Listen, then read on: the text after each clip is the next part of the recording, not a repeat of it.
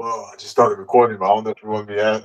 I don't know if you want me to answer them now, but we could because it's not just an interview. It This was is just just gonna be life like a stuff. Like I fun said, thing I we had got just going wanted on. to get to know you. I had just wanted to talk to you. Okay, I rock with That's it. how I was rock. that. Yeah. So welcome to the vlog. This is my introduction, and I don't have nothing else. But all I know is this is a beautiful lady named Tyisha, right? All right. Yeah. So right now, what we're gonna do is we're gonna freestyle. We're gonna talk about like your lifestyle, polygamy. We might even talk about periods. It is Okay. what it is.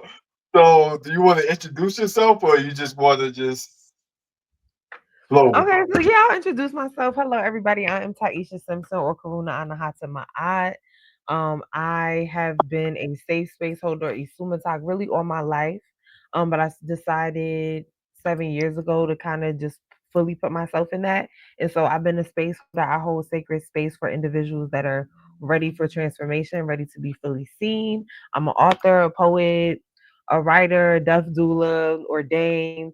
I mean, honestly, you name it, I've done a lot of things, but mostly, like, I'm just a space holder. I hold safe space. And so I'm excited today to talk about, different ways of living, especially as we enter the new earth energy and as we're in the new earth energy. And so I'm excited. Okay, I rock with it. And look at the smile. The smile is amazing. The energy is amazing and everything. So let's just get it started, all right? All And right, she's let's helping go. me out. She's doing me a favor because she have like a lot of talents, a lot of things that we can talk about. And we already had this discussion about what can we talk about and everything. And it's just a plethora of things that we can just mention basically. So what would be a what would be a most important gift in your life right now? The most important gift in my life right now, I would just say, is circumstance or like situations. Like the things in my life that are happening right now are like really allowing me to embody things that are really important to me, things that I speak about, like surrender or, patience or whatever the case may be. So right now I'm just really grateful for like what life is revealing to me and allowing me to see in myself. Okay. So I know I have a problem with patience too, because I want to, like at this moment, I'm very impatient with life because I'm trying to pursue this goal of being a good blogger, a journalist, and everything. So, what are some tips you can give me when it comes to staying patient and like just keeping my calm and making sure everything is okay with it? I would definitely be like, yo, surrender to your own flow. Like, make sure you're following your own intuition, your own authority. But I say surrender to your own flow because there are things that whatever you call for yourself, your higher power, whether it's self, whether it's source, whether it's God, Allah, whatever you call that, it knows more than you. And when you allow that to reveal itself, I may be thinking like, oh, I want to get like a Chevy Malibu, right? And so I'm going hard and I'm trying to force that. But my spirit is like, girl, we had a Benz truck waiting for you, but you wanted the force, and now you don't have the money that we, was trying to set up for you to do XYZ because you wanted the force. So I would just say, get curious about your life, about how things will unveil themselves. You know what I'm saying? And then also, I get into human design. So I would say, as a manifesting generator, be open to, again, the pivot, like be open to how things might shift. Like you might be thinking you just want to do a blog and there may be like a radio station thing coming for you. You know what I'm saying? You may not even know that, and so just be That, open. that. That's the thing though, like, and it's funny that you put up Chevy Malibu because I do have a Chevy Malibu and everything. So, like, okay, so what if my higher power is women? Like, I believe my power is women, basically, but I don't have any female to go to keep me organized, keep me focused, and everything. What would I do after that? Like, should I find just a random black female, or just go based off of like my own instincts? Because you say you need to focus on the higher power. What if my higher power is women? Well, what we're saying when I say whatever your higher power is called, allow it to XYZ, it's just like that allowance means you're just allowing it to show up. There's no force control, it's surrender because you know what it could be. Because honestly speaking, when you say to come in and organize and etc., feminine energy is actually chaotic. It's like actually watching the Weather Channel where sports plays are organized.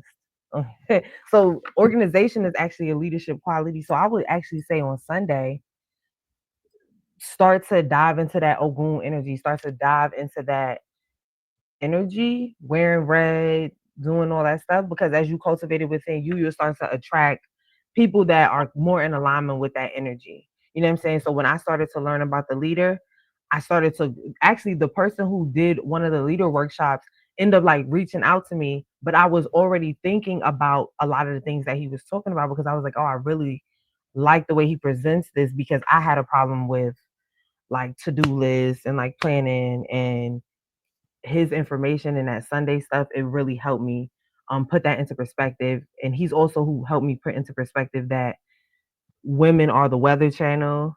And so that energy is never going to be just streamlined. It's going to be sometimes intense focus, streamlined. Sometimes it's going to be scenic all over the place. It's not going to be contained. So I would just say be open to how that feminine energy reveals itself, but be also open to how you can cultivate some more of the organizational aspects within yourself. Does that make sense? Man, I rock with it. So how do I tap into my own feminine energy? Can you hear me?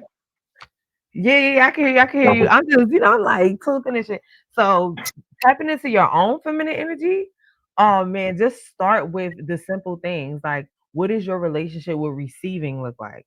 What is your relationship with emotional expression look like?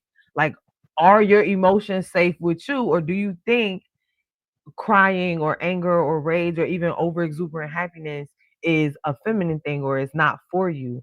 I would start to cultivate a relationship with those things that I say that I would never like, you know what I'm saying?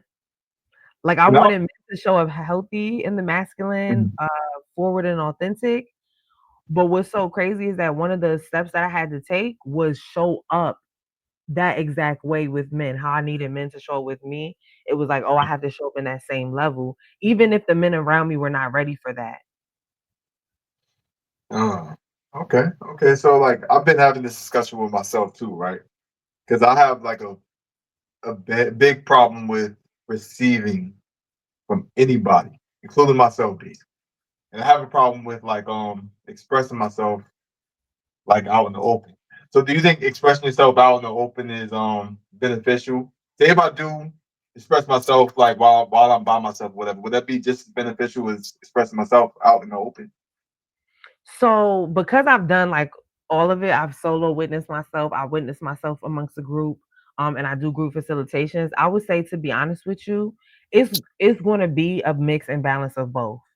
You know what I'm saying? Like there are one of the most profound experiences I ever had was being in a room with 150 black women, and it wasn't just me in the mirror saying I'm worthy. No, it was 150 black women like you're worthy, like walking me around the room. You know what I'm saying? And that dynamic, like it actually changed the trajectory of the way I wanted my service to look like. But then in the same aspect, self-witnessing has been really vital for me. You know what I'm saying? When because everybody's in a different space. So when I was still in victim and victim says, I don't got nobody, don't nobody want to listen, don't nobody want to understand, it was important for me to have that like self-witness and like recording myself because when you self-witness you could pull everything. That's what I got in the workbook. I show you how to self-witness and how to like help somebody witness you. But when you self-witness you get to hear everything you saying and you like, damn, I said women don't listen like 10 times. So you could because you said it so much you could pull it out and say, where does this really come from? When is the first time I remember feeling like women don't listen? Damn, my mom never listened to my dad. And then that's how you start to dig into the deeper things because all the other stuff is just a surface. So I would say a mix of both. Like, but I really, when what I've experienced with men is them taking that for themselves and cultivating that for themselves first. It's like, okay, I do not be wanting this lady in my face fucking screaming and shit. But what it really is they have to be okay with even their own levels of rage, their own, you know what I'm saying? Like people Mm. look at hurt people and they scare them, but hurt people be having the most capacity for love because I agree they with they've hit the end of the spectrum. You know what I'm saying? It's like So they my can accept dad was a everything, right? rager. How would you Yeah. say? So they will accept everything. If that's the case. Like they're still lost. So like It's they just will like, like they will. It's easier for them to follow certain people, whether it's love or hatred, basically. Like, because they're still like open minded to certain things because they haven't been taught that much. well, beyond that, it's just like people that have been hurt so much have so much capacity to love because my dad is he don't give a damn. He's like, I'm a man, I'm a cry, I'm a rage, whatever the case may be. When women show up that way, he's not afraid of that. He's not like I'm about to run or this bitch is crazy or none of that. He's very comfortable with that because he's like I'm so comfortable with holding space for male rage because I hold space for my own rage. I don't shame it. I don't judge it. I don't say something you can't be mad, sad, angry, whatever. I'm like, no, this part of me is safe because this part of me is communicating something that I need to go through, grow through. And we don't grow if we don't like feel that. So that's really important. Is there like a time limit where somebody will change? Say if you take a person that been through depression for 20 years, and then they put them in the room with 150 amazing women that say you're beautiful, you're such and such. Like, how long would the process be for them to change their dynamic of depression? Okay, so I'm gonna give y'all statistics and then I'm gonna give y'all like what I've seen. You know what I'm saying? So statistically speaking, a full witness being validated, having all the stuff poured into you, all of that, it takes only 8 minutes. Now I say I'm gonna give you statistics and layers because if a person is not ready for that, it doesn't matter how many people are affirming them or pouring into them until they're ready to acknowledge, you know what I'm saying? So at the same time, there's really no time limit on how long it could take or what it could take because everybody's journey is so different. You know what I'm saying? Like as well as because time is not real, right? Like Yeah. with my dad, for instance, the 15-year-old, 20-year-old, 25-year-old Tyisha, I was like, oh, I'm gonna have to come to terms with my father may never ascend. He may never be compassionate. He may never be unconditional love, blah, blah, blah. And at 35, I know that me and my dad is like this and like the whole relationship changed. Are there still things, whatever? But I absolutely, but I've also seen my dad over 35 years transform right before my eyes from being abusive to being these things to being this thing to being and it's just like we only see that though by that like grace, which is crazy because that's one of the reasons why I choose polyamory, is that if we're gonna be with people forever, then we have to have that grace to watch them evolve and go through like their life changes as well as our own. Polyamory. Hmm. Okay, so before I get to the part, because I want to talk about that part. I want to talk Okay. about that. But, like, have you ever had like anxiety issues or depression issues? And if you have, like, what changed that when it came to your lifestyle, basically? Like, so what I made you will wake up and get out of that situation? so actually what's so crazy is I actually give you my most recent and what's so crazy about my most recent and actually I have it on YouTube. My most recent was maybe like a not the November that just passed, but November before that. Um, and some things were coming up, and it was just so intense. And I was just like, I just want this shit to be over. I just want to be done with this shit. Blah blah blah blah. Like, and I end up doing a recording on my phone. Actually, I'll tell you the whole fucking story just so you can know the details. You know what I'm saying? So my daughter went out and she asked me everything like can she go out and everything and I was like yeah cool and she was like all right we're gonna be back at the Wingstop at 10 o'clock. So I was like okay cool she's gonna be back at the Wingstop 10 o'clock. So 10 o'clock come and I'm at the Wingstop and she's not at the Wingstop. They basically don't get to the Wingstop till like 11 o'clock. Now my issue is not you being out till 11 o'clock once I got the vent off, and I'm gonna tell you what happened. So I'm sitting there triggered as fuck. I'm like, oh my god. So finally, I pick up my phone. I start recording. I start going into my vent, and as I'm venting, I'm crying and I'm expressing myself. And really, what the nitty gritty came down to was, I believe that women should show up self sacrificially. I believe that women should show up as a sacrificial parent. I believe that women got to do things by themselves. I had all these subconscious beliefs that when it came to my reality, they was running my reality. And so with my partner at the time, his youngest child he has custody of. So we have a toddler. You feel what I'm saying? The mother is not really actively involved. Like she's just so all of those things was layered up, and because I got to witness myself like talking about it, I got to pull out everything. Like, oh yeah, and Kyla mom ain't showing up, and this is happening. Da da da. It's like, oh, you're triggered that people can cop out and drop out because you don't cop out and drop out. You're triggered because X Y Z and X Y Z, and what that showed me was, and this is what my books are about, is that all those aspects that trigger me are a part of me one way or another.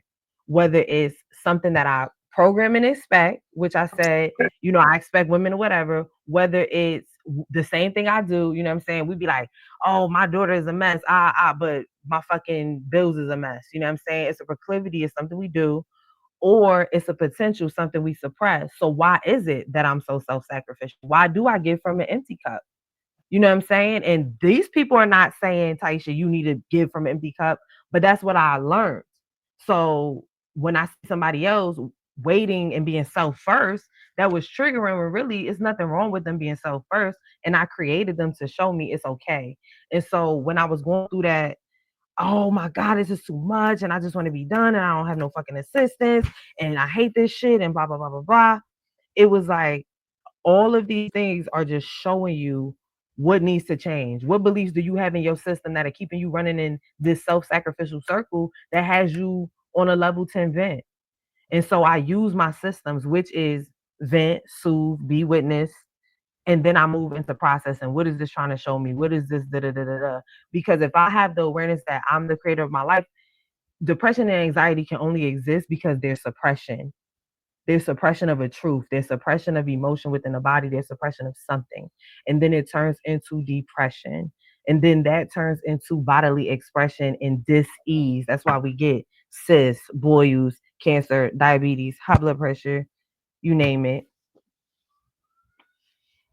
I like you. I like you because that's definitely what I teach when it comes to anxiety. I always teach how like anxiety is always a separation of love and self.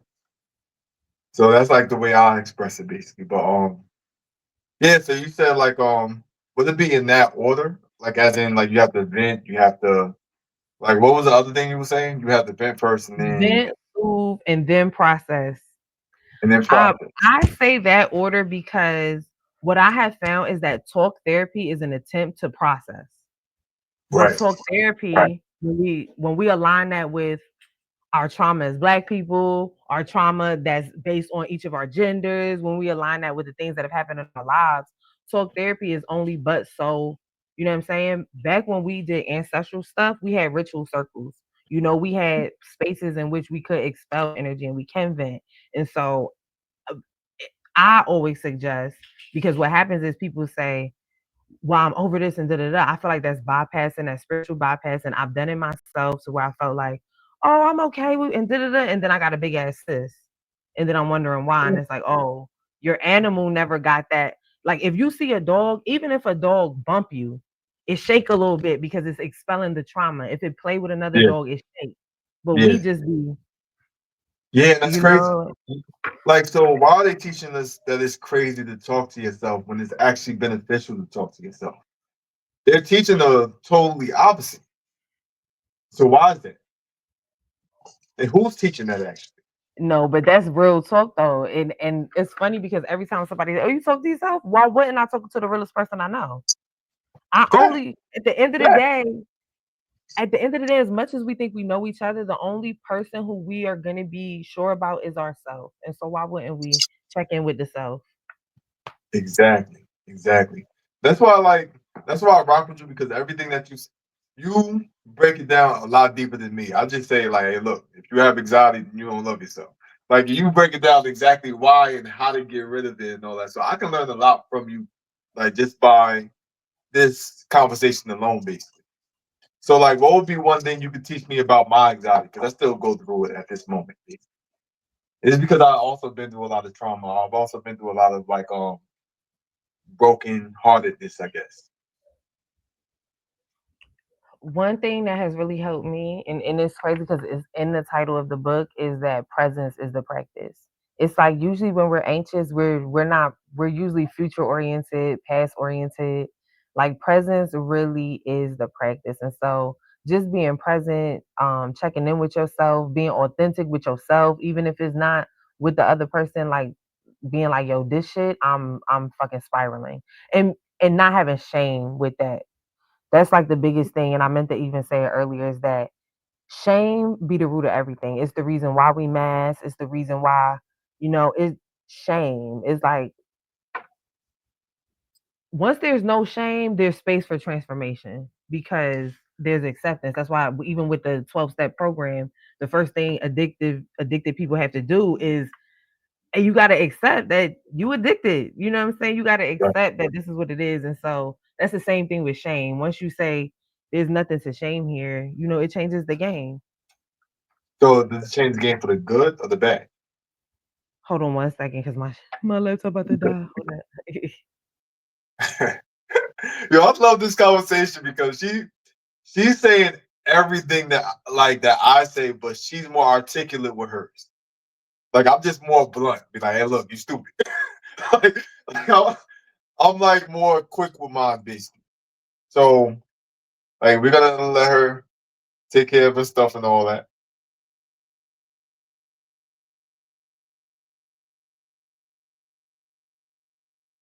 So say if you say shame is good, right? Or you saying shame is like a bad situation? Can you hear me? I can hear you. I can Oh, hear you. okay. No, because it was muted. So what's crazy is I'm saying that shame is well, one, there's like no good or bad. But what I was saying is that it's crazy because remember I told you a fifth line. So the fifth line always is very straightforward, very like it says what it says. The thing about me is that because I like really had the conversations for so long, I've learned like more how to like guide the energy. Like I lean more into my feminine expression when it comes to how I explain this stuff. Um, because I used to be really like just shock people up out their shit. And I had a homeboy say Tyisha, because I used to be triggered by that. Like people ain't ready to hear the real. And he was like, Tyisha, if you was asleep right now and I slapped the shit out you, what you gonna do? I was like, I'm gonna be like, I'm gonna want to fight. I'm gonna be like, why are you waking me up? And he was like, and that's what the fuck you be doing. And I was like, oh, so you know what I'm saying? So, but Like shame. verbal, yeah, verbal and physical symbolic, basically. Like it's just the same energy or whatever. It depends on how you take it, basically. But Yeah, you know what I'm saying? so so what would you consider your masculine energy? We always talking about feminine energy. What would you say your masculine energy is? Is it your leadership? Because I see you have like a lot of leadership in you. I see you So have a lot of what's logic. so what's so funny is that even though like my purpose and stuff is feminine, I'll say that the most masculine thing about me is that I am purpose driven. Like that's really important to me. Like no one can like just move me off what I'm on. You know what I'm saying? But for a long time, my masculine was like hyper independent. Like you said, like the ability to like not receive it. My masculine and my feminine was wounded because we're all the things. So it's like when you look at it, what are the healthy cultivations of that? And now my masculine is able to hold space for my feminine with no shame. You know what I'm saying? Because that's me recording myself, witnessing myself, and not getting like pulled into a tornado or being like, damn, this bitch is crazy. Like, and again, back to shame. I don't shame myself. And so my masculine side does not shame my feminine side. And my feminine side does not shame my masculine side.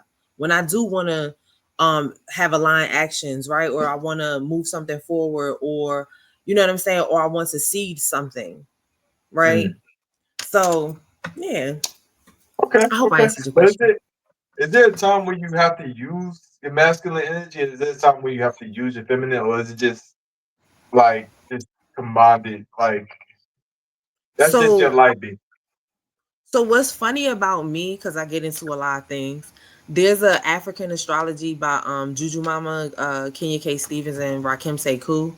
And their African astrology, I'm a peacekeeper monk, which is actually fully androgynous. So Okay, it's funny okay. because when people meet me though, they say Taisha like, you're really balanced. It's like I'm like, it's so mutable. You know what I'm saying? I just flow in and out. Right. And it's also a mirror, of what's going on around me and stuff, and what's needed, because I can see, you know what I'm saying, what's needed. I'm like very impressed by you because I have to write down some of this stuff. What's the name of that guy again? Rakim Sekou. Oh, you gonna love him. Him. It is the first, like, legit. I'm usually the type. I'm usually the teacher, basically. But, like, I'm learning a lot from you, so I've had to write stuff down. Honestly, Rakim Sekou. Sekou, yeah. Sekou. SEKU. Oh, I know what you're talking about. Or Carl E. Stevens. Yeah, yeah. Yeah. So, those are like my mentors, and I coach for their academy. So within his program, when we get into the archetypes, I'm in the middle, which is the peacekeeper, which is the archetype that knows that it can be leader, soldier, visionary, devotee. Like, I'm right in the middle. You know what I'm saying? So really, depending on what the nature of something is when I know what energy needs to be cultivated. So like in the wintertime, hibernation season, that's conservation. That's crone energy. That's the woman that knows to rest because the soldier can go and do. But I also know in the summer, if I want to tap into that soldier energy, if I want to go and do something, I can cultivate that within myself. I know that my genetic blueprint, though, which is what we were talking about with the human design, is that my template is feminine, though. Like, my energetic template is receptive and still. But my Mars and Gemini want to talk, and it wants to be of service via what I have to say and stuff. So how do you know when you're in tune with your Gemini and your Mars, basically? Is there something? Is there a symbol, or is it like something that happened with your body that says like, okay, I need to act on this, or I need to act on that? So really, it just comes as, for me, I'm splenic, which means that my intuition comes as like a whisper, a skin chill. It just comes as an immediate, I know what to do. And if I don't listen, I watch stupid shit happen, and I'll be like, damn, my spirit said go left, but I went right. You feel me? So it's a lot of intuition, but also this stuff is written. So like when people, a lot of times they say, oh, why you asking for the birth times and this, and astrology is not real? And it's like, well, no one knows Morse code until you're taught how to decode it. And so your birth certificate is a whole code, and you can learn how to decode it. And the Dogon and the Tao and all these, civilizations were decoding our genetic blueprint way before any modern technologies. They knew what the child was coming through to do, be, see, and all that. And so the information is there. And so I dive deeply into that stuff, and I dive into systems that intrigue me. Like, if it intrigues me, I'll dive in, I'll see about it, I'll see where it lands with other things that I know. And if it's hitting, it's hitting. And I mean, the shit hasn't missed. And once you know those things, you can look at it and say, what are the cultivated aspects of Mars and Gemini? And what are the not cultivated aspects? And when you see the not cultivated aspects, you'll see, oh, if I'm talking over people, this is my not cultivated Mars. But if I'm waiting for my wisdom to come through when people are ready to hear it, that's my cultivated in Mars. But my Mars is in Gemini regardless. It's just, how is it showing up? Does that make sense? Well, for one, you need to be famous. You definitely need to be famous. But two, I heard Dugong. What exactly is that? Dogon. So the Dogon people they were super ancient civilization. You actually may see a lot about them. They were really small people, but they had dates, they had times, they had calendars, they had planetary events that was going to happen. They always knew. And to this day, their tribe is, I want to say, almost untouched by society, because more and more of us are curious. So we go on pilgrimages to seek them out. And people have visited the Dogon, and they'll tell you, like, they'll have artifacts and they'll have stuff. And actually, what's crazy, when I used to live in New York, there was this couple on Broadway across from Atrium, and they went to like the Philippines, and they had got like kidnapped by pirates, and then they ended up with the Dogon. They had all these artifacts. And I was just like, it's crazy how you could look at you and you would never think that you've been through this. But when you go in their home, they really have all the things, like all the things, and you're like, wow, it's like this Asian lady and this African guy. And I was like, wow. Like, but the Dogon people, super ancient civilization, and they knew about so much stuff. So do they still exist now? There are still some Dogon to this day, yes. Where would they be located? Would they be in the South Carolina area, New York, So whatever? this is actually more South Africa. This is actually more No. like I don't want to be wrong. Let me see something. I want to say near like Tanzania, Madagascar, but let's just be 100% correct because we in 2025 and we ain't gotta. I'm sorry. I'm gonna say New York. I don't know why. No. They from the Bronx. But what's funny that you say that is that I'm also in alignment with this also being Kemet and stuff like that. So it could just, it could be Dogon in New York. You know what I'm saying? Like, could be some located in New York, but that's not where they're originally from. So I could yeah. The two people that I had met, they weren't Dogon. They were just travelers, like nomads, and they had ended up. Let's see.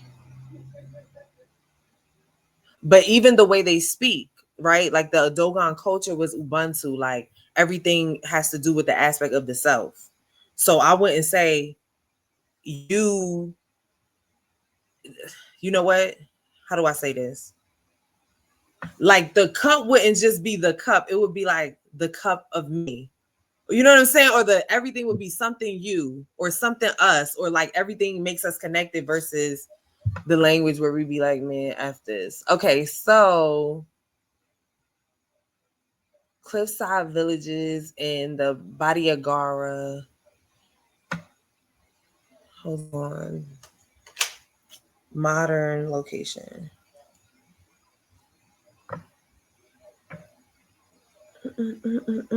So yeah, they were deeply connected to Sirius B, which is a planetary star system as well. Okay, yeah, so Mali, West Africa. Sirius West B. Africa. Yes, Sirius B and Sirius A. Sirius A. Yo, I'm really, really impressed though. You don't understand. In West Africa. Like I'm legit. I'm not even trying to. I wasn't even trying to jot down notes or whatever. It was just going to be a regular book. But I'm really, really impressed. Now I'm gonna be honest. I was supposed to be talking about like polygamy, and I totally forgot about it because everything that she's saying is so like interesting. So you see, so West Africa, right? Yeah. Okay, West Africa. I'm definitely gonna be looking this up.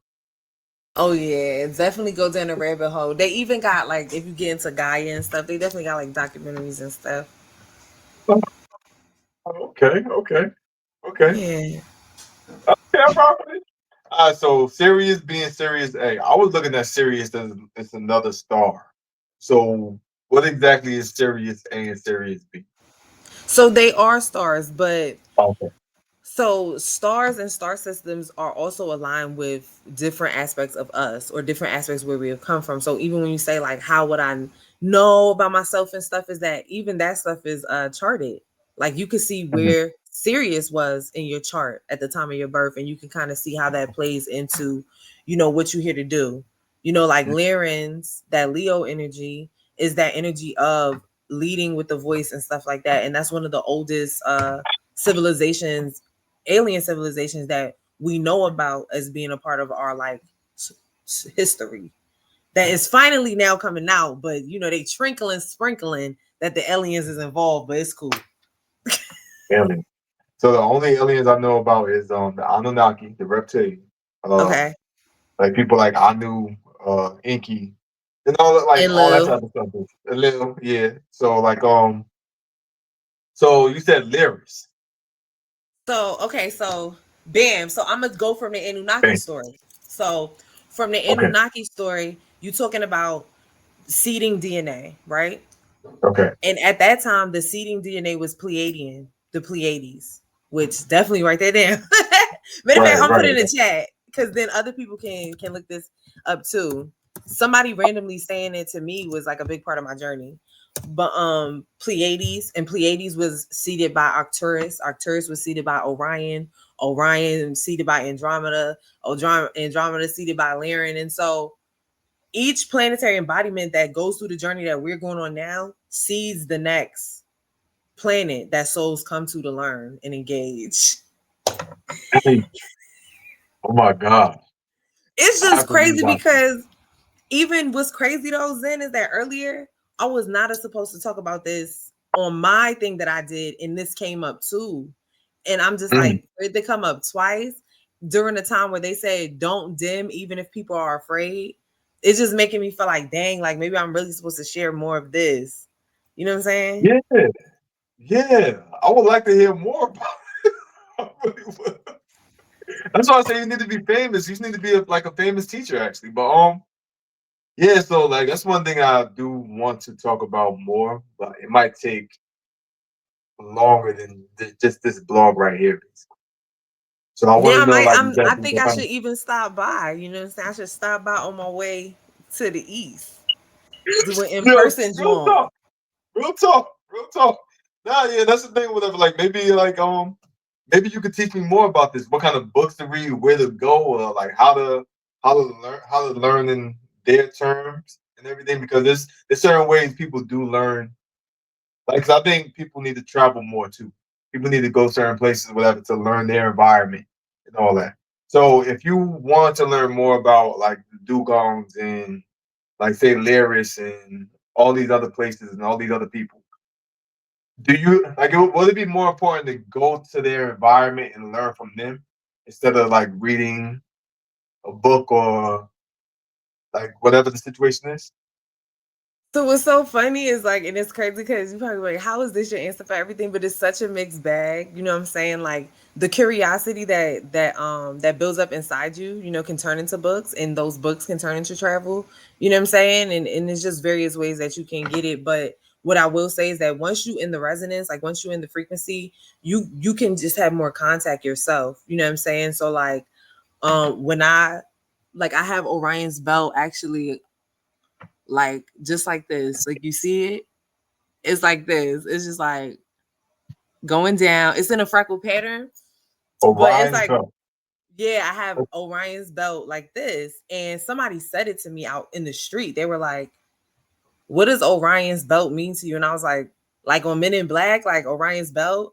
And they were like, something is telling me to say that because your freckle pattern is doing that. And I was like, okay. And so I went home, and when I got home, I opened my phone, and the first thing I saw on my Instagram was starseed lineages in your natal chart.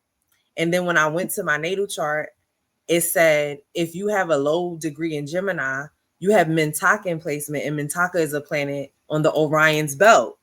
And so I was like, holy shit. So you even leave stuff for you to remember. You know what I'm saying? I'm Yeah. even looking at you like, yo, we look alike. Huh? Yeah, we look like And I'm even looking at you like, yeah, we look like family. It's just the soul resonance, you know what I'm saying? So you leave stuff for yourself, like so to quick question though. remember. So quick question though, Orion's belt, would that be on the palm of our hands too? So it could, but it'll be so much things. So like Mhm. for instance, like people that love music and stuff absolutely have like Arcturian activations because Arcturus was sound healing. And Arcturian. yeah, I even think about your name, and I'm just like, dude, like this is crazy because you was meant to like get all this right now. This is crazy. Yo, like I legit got goosebumps right now. I'm listening to everything that you're saying, and I'm just deep into it. Pause.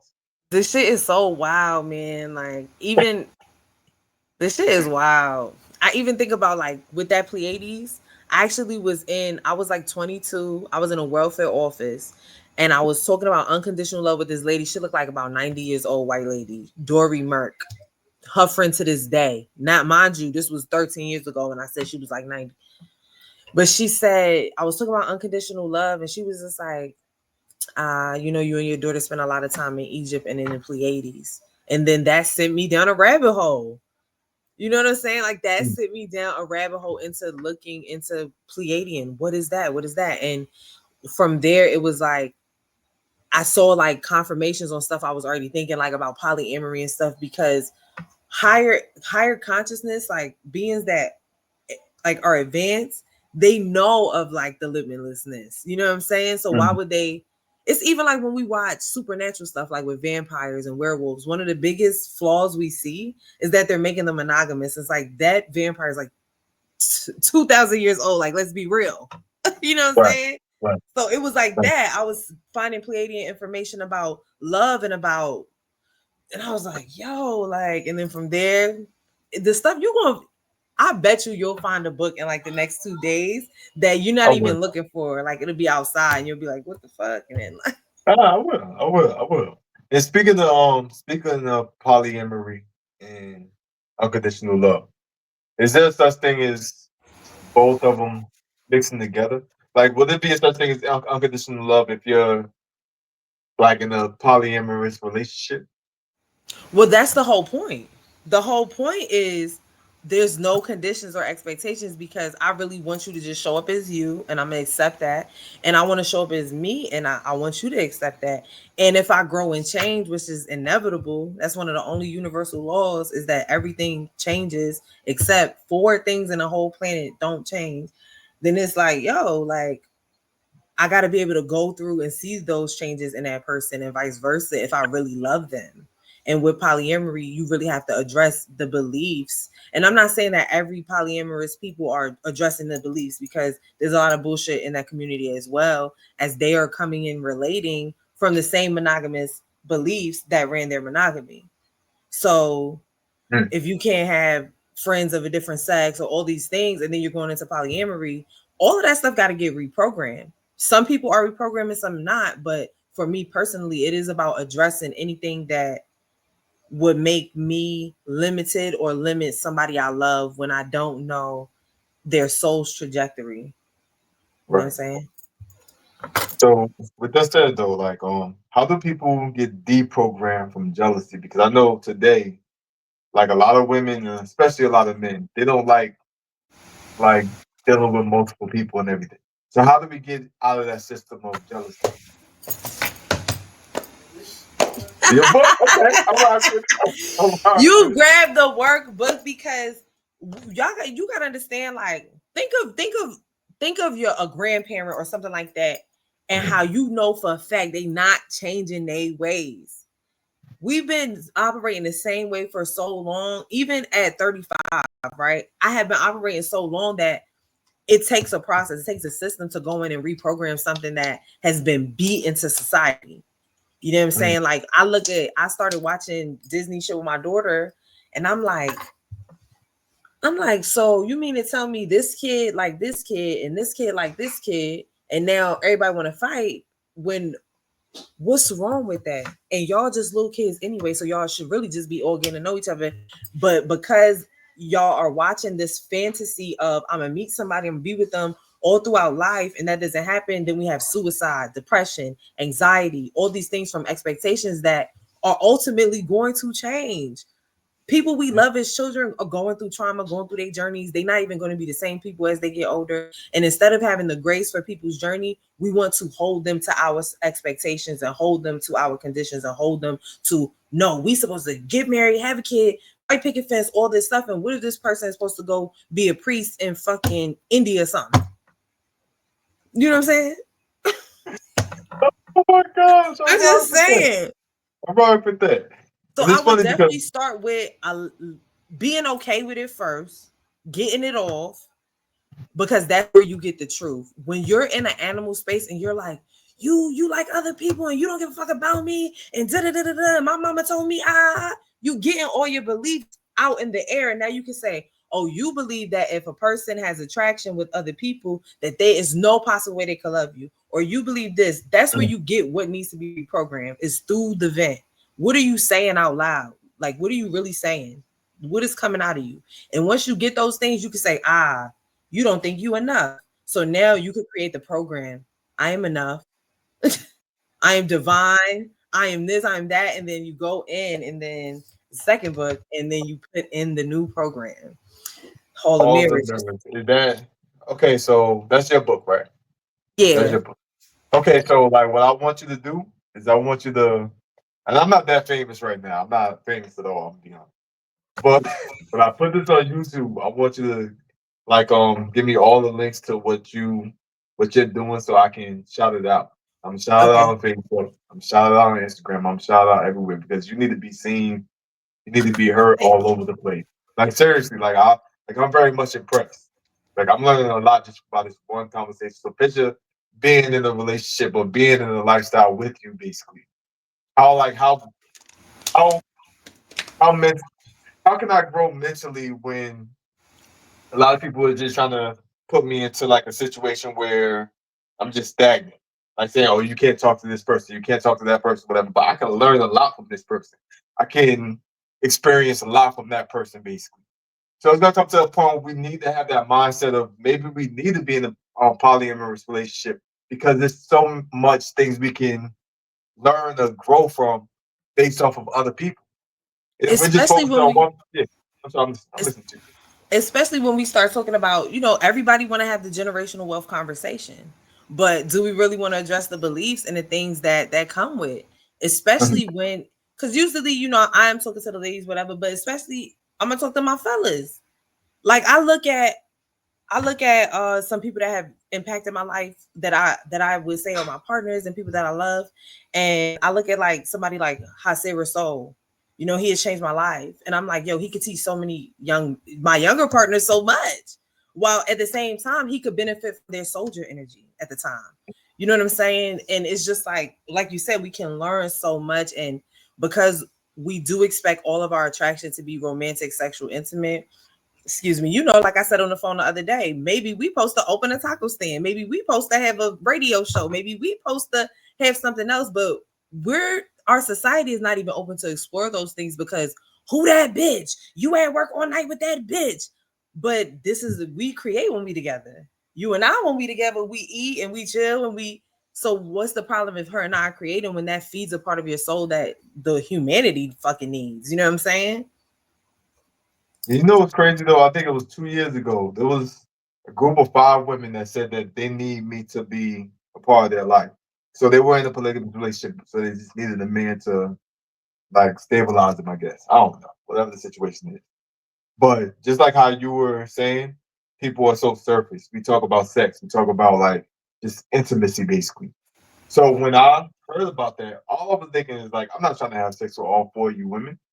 But yet, one of them is a motivational speaker. One of them is a nurse. One of them like is a farmer. So like, so basically, they had their own things going on, and I wasn't even thinking about any of that. I was thinking about sex. I was thinking about how they look, how they body look, and all that. So that's one thing I learned myself. Like, it can't just be surface, whatever. Everything have nothing. Like everything don't have to be just sex. Everything don't Right. have to be just like a small situation basically. Like you can learn a lot from other people, Right. men and women. Right. And what's crazy is I told people all the time, like, me being more open is actually the least amount of sex I'm having because I'm not having obligatory sex, which what happens in a monogamous relationship is that I gotta meet all your needs, you gotta meet all my needs. So the minute that's not happening, now we're like arguing, we're fighting, whatever the case may be. And so wildly enough, like I have the most supporting partners that I've ever had without anybody ever touching me. Some people I don't even get to see like as much as we maybe want to see each other. I've been fucking celibate since like January. You know what I'm saying? It's just like there's so much ways it could go. But we like I said, like the conversation started was that a lot of our even polyamorous stuff is being ran by the programming we received in our monogamous setup. So it's Right. tough. You know what's crazy though? Like I've always said, you can get an orgasm from other emotions, basically. For example, like I'm having an orgasm just by this conversation right here, and it don't have to be sexual. It could be like stimulating. It could be like serotonin being released, oxytocin being released. All that is orgasm. But so people are so focused on that one orgasm to a point where they don't understand that we probably have a connection with conversation. We probably have a connection with like I don't know, just going out, being spontaneous and everything. So that's why like a lot of people do cheat because they don't want to open that up. They don't want to open up like to like maybe I want somebody to just comfort me or be there, like to give me emotional balance, basically. So how do we change that dynamic of there's more than just sex out there? Like Everything comes. how do we open up our mind? Everything really just come down to the programming, and because and I'm just happy that we in the times we are in right now, because reprogramming really can be instantaneous. It does not have to take a long time. Like I said, like it could take years, but it's stuff on deck right now where you can get them the reprogramming themselves moving immediately. You know what I'm saying? So that's just what it boils down to, is about, do you want to change that belief? Are you ready to address it? Because you are limitless. You know what I'm saying? You can have and be and do and say and how, whatever, but is your conscious mind and your subconscious really aligned? You could say you're a passive income earner all day, but if your body is waking up and doing 80 hours a week, baby, your subconscious does not believe that shit. You know what I'm Right. saying? You could say I ain't jealous all day, but if every time your partner outside, you got an attitude, you full of shit and you need to fucking get it out. Yeah, Say that shit out loud. yeah. I'm And being like I honest. say too, what you better say? I'm listening to you. I didn't mean to cut you off. I didn't mean to cut No, you it's off. okay. I'm gonna say, but I tell a lot of people too, like reaction and how you show up, all of that shit is just like the gym. Like when you first start going to the gym, it's hard as shit. But the every day that you show up, the easier that shit gets. So every day you show up to process jealousy, the easier it get. Every day you show up to Right. process a limited belief, the easier it gets. So I just say just keep showing up for yourself. You know, keep Right. wanting more for yourself, being more for yourself and others. Right. And I also had a problem with jealousy. I had to learn the hard way. So I mean, I had to understand that everything wasn't for me, basically. To a point where like I legit like used to break down when I was jealous. But now I just stopped caring because I focus more on myself and what I need to do in my life, basically. So like I noticed like a lot of jealousy that I've been through was based off of fear of the unknown. So say if somebody did take something that I was trying to figure out, like I don't want them to try to take something that I'm still trying to learn, basically. So that's why I tell people like if you are jealous of something, that means you have to ask yourself why. You have to figure out what is going on with your body and your mind that make you just jealous of that one situation, basically. But this is very interesting. So why would you ever get into a monogamous relationship now? Are you're mute. You're mute. You can hear me? Well, what's But up, Mike? I'm listening to you. I'm listening to you. right now, hell nah. And I say hell nah because I had been feeling like this for like over a decade. And Mhm. every time I would like meet somebody, I would go back into what I knew, what was comfortable, was safe. And then when it start upturning, or the fear of authenticity starts, and it was like, oh hell no, like Tyisha, you have to stop doing this when you know that your vision supersedes this. This is comfortable. This is a construct. This is what you was taught. But you're here to actually love humanity in a different way. And so even when I look at the last couple of monogamous relationships I was in and how they ended, and what played out afterwards, it was like, yo, that shit had to end, because when you are complacent, a gentle storm is not going to free you. You need a fucking hurricane to get the fuck up out of there. And that's what a lot of people don't realize when they go into the turmoil spin. When all this is happening, it's like, bitch, you've been wanting to get the fuck shaken. Like, like you have other stuff to do, but you mad when spirit actually puts you in position to do those things. And that's also why I Yeah. say surrender. You know a lot of the stuff on TV, right? Say I don't know if you know about Nature Boy, Brother Polite. Those Yeah. are horrible examples of polygamous relationships, basically. So how do we find like the good polygamous relationships in America right now? So and I actually saw this recently.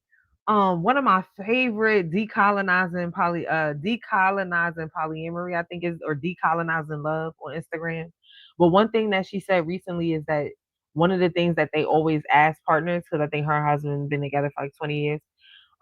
One thing they ask partners is, what has been your longest polyamorous relationship, because people love to come in and, oh, I'm poly, because this has happened to me too, where people come in, oh, I'm poly this, I'm poly that, and then when it comes time to actualize that, they don't have tools, they don't have skills, they never actually been in a polyamorous relationship that was healthy and functioning. They may have been in a deceitful relationship or a cheating relationship or some other type of relationship, but they never been in a healthy functioning relationship. So asking like, have you ever been? Are people in therapy? That's always a great thing. Like people need to be in therapy no matter what they feel their level of whatever is. We all need therapists. The therapist has a therapist, that type of thing. Um, for me, because I am more like right now in a flow state, I just look at the mindset, the beliefs, you know what I'm saying?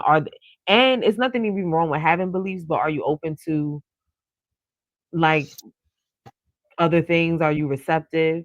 It's very important for me, like for men to be receptive, but it's also a balance because again, I don't want me to come in and be able to just move you, but I do want you to take into consideration what I have to say. Right? Right. You don't have to do what the fuck I'm on, but to be Right. heard though is like So, like, do you and your relationship, like, do everybody that you're in a relationship with live in the same household? nah.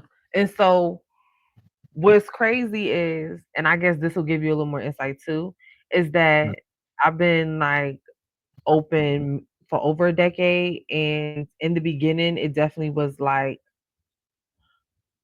it was levels. It was like you said, it's sex at first, and then it was women only, and then it was I gotta pick the girl, and then it was closed triad, and then it was kitchen table.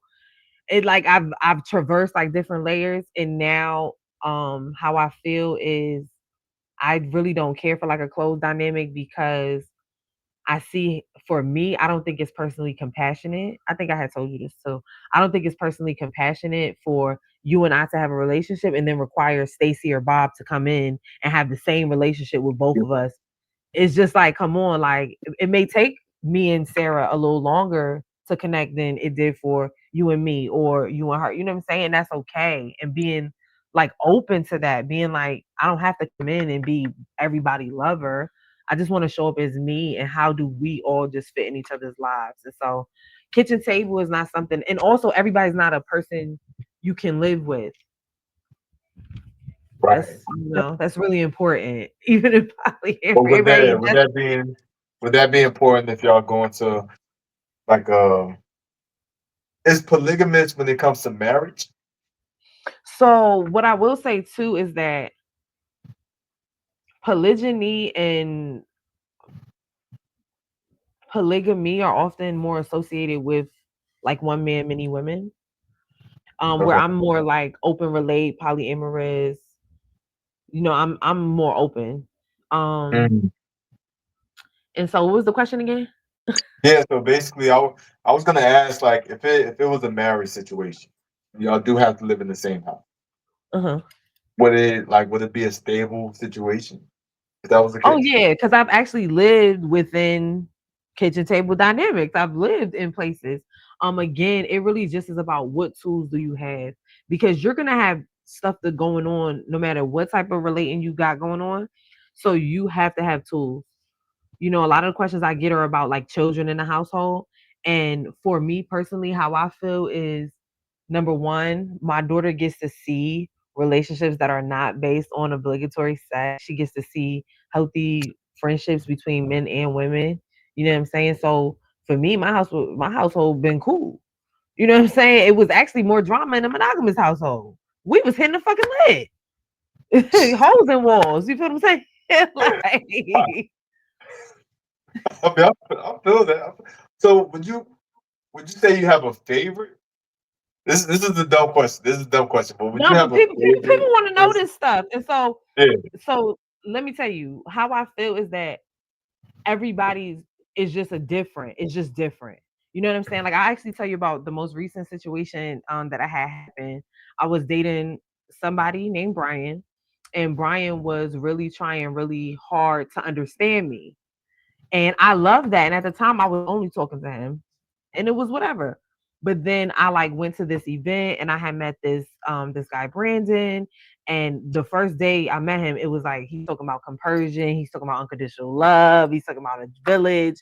And so I'm like, oh, like I've really never met, I'm gonna be real, a black man one to one that I'm being super attracted to that is saying things that I say. You know what I'm saying? When it comes to compersion and stuff like that. And so I was very, very intrigued. So I went home and I said, yo, because me and Brian, we were like sharing a space, but we wasn't technically living together. So I came home and I'm like, yo, like I met this guy and I really want to like explore.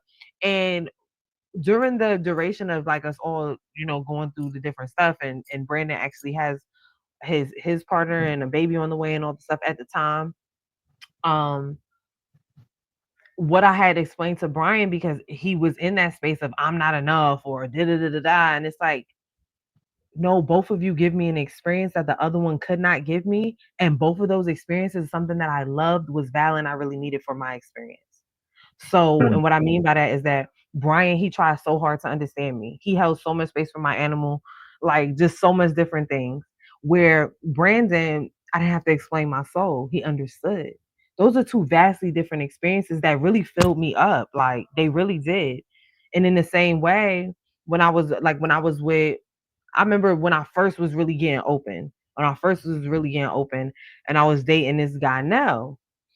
And when he got with me, I was like the safest space. I'm usually like the safest space, especially in the beginning of my life. Young people would meet me and be like, "Yo, I've never been able to share all this about myself with anybody. Thank you so much." And so when we met, it was like that. And when his baby mother started coming around, Alexis, she was like hitting the fucking lid. And they were younger than me. And so we was walking one day in November, I never forget. And I said, the way you showing up for me, you never even got the opportunity to show up like that for her. Would you like to try? And he was like, yeah. And then I was like, would you like to try for your son? You know what I'm saying? Because I could see that. I could see that you didn't even know how to show up, how you showing up for her with me. But I also know it's because I'm a safe space. So they tried, the shit didn't work. Shit ended up lasting like a week or two. And then we ended up having a relationship after that. But during that relationship is when I started to see like the different things. I think you talked about like when people go cheat. And it was like Nell was the first time I had ever cheated. And I was like, holy shit, like I'm coming home like happy and fulfilled. We don't have shit to argue about because my needs are being met and we good. And so I started to think about stuff like that with him. I used to be like, yo, our household is amazing. We work amazing with the kids. Our finances real good. Like, what if we just open? You know what I'm saying? Like, what if I've always been in your kid's life, you've been in my daughter's life. Like, what if we just open? And at the time, like he was open to more women, he was not open to more masculine energy. And we have been through so much. So that relationship actually did end up like ending. Me and our girlfriend though, Daisha, that's my wife to this day. But I end up kind of just leaving them in that space because I like we didn't have tools at that time. I didn't have processing tools. I didn't have this my ego speaking, you've done nothing wrong. I didn't have none of that. Where now it's like I got the tools, you feel me? So yeah, I don't know what we was talking about, but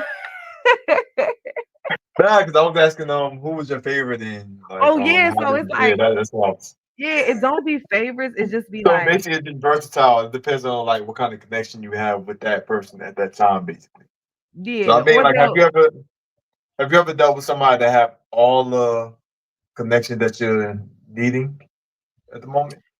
well. I would say that I felt like that, but in hindsight, you look back and those were like the suppression of what I authentically need. It was like the suppression of, you know what I'm saying? It was like I was just yielding because society says this is what the relationship should look like, not really realizing that and this was happening with Nell that I was realizing this. I was like, I'm usually more dynamic. I usually want more conversation. Want to do I usually have vast interests. I usually have like 10 projects going. I have all this stuff going on. And I would meet people that were like super simple, play the video game, go to work, go to sleep. And so it was like, am I really what I was realizing is that I was not being loyal to me and my needs. And then I was shaming and blaming the fact that you can't show up in certain aspects when really it's like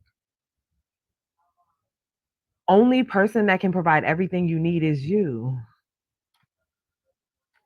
You know what I'm saying? We constantly telling people you need to love her in her love language. Why can't you accept how he loves and cultivate and have another relationship? You can literally, if you like getting gifts, you could cultivate a gift giver. If Dante loved giving words of affirmation, accept it and love it. That's the way he give love. And Sarah, she like to spend quality time. Like how I feel now is that how I look at the love languages now is that first of all the love languages are my love languages because I've always been a person that was Facts. like that. Facts. But now, what? Now I'm not shaming just because they're all not yours. Now I could Mhm. just like, oh, you really, you know what I'm saying? And for quality time, I realize that I can only be where I'm at. So all time is quality time because I can only be where I am. You know what I'm Facts. saying? So yeah, Facts. If you're receiving gifts, you're giving quality time. If you're having sex, physical touch, you're spending quality time. If acts of service, you're spending quality time. So I think quality time is the most powerful of all because it requires every last love language basically. So I definitely yeah. agree. I definitely agree. Definitely agree. But my phone is dying, man. My damn phone is dying. But I want to No, talk it's more about cool. it. Huh?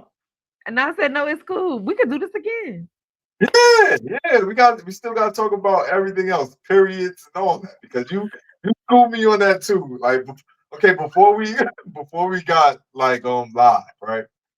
Like we were talking about periods and she schooled me on everything. Even though I don't have periods myself, it's just still interesting. Like everything that she talk about is interesting. I need y'all to follow her. Like she's gonna she's gonna be famous Man, real soon. you made this lady crazy. So yeah, nah, yeah. I mean, it is what it is though. But craziness is the best part. Like if you're not crazy, then that's when you're crazy. I believe. Yeah, that's a fact. That's a fact. So What is so normal? yeah, Right. facts, facts, facts. So yeah, we gotta do this again, yo. We gotta do this again. My phone is at 2%, so I mean, I have to. I do have It's to all get out of good. here. I didn't even know this until recently. But All all right, right, but it's peace, really peace good talking before to it you. gets deleted or something. Huh? I said peace before it gets deleted or something. Facts, facts. But All yeah, you right. gotta put all your stuff on, like all your books and everything. And we're gonna put it down, and I'm gonna shout you out. Okay, thank you. All right, Peace have a good one. then. All right. Peace, y'all.